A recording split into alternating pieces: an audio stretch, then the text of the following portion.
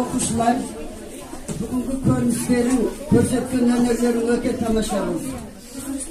Аналар атынан көп рахмет айтамын. Әрқашанда еңбектерің жанып, сабақтарыңды жанып.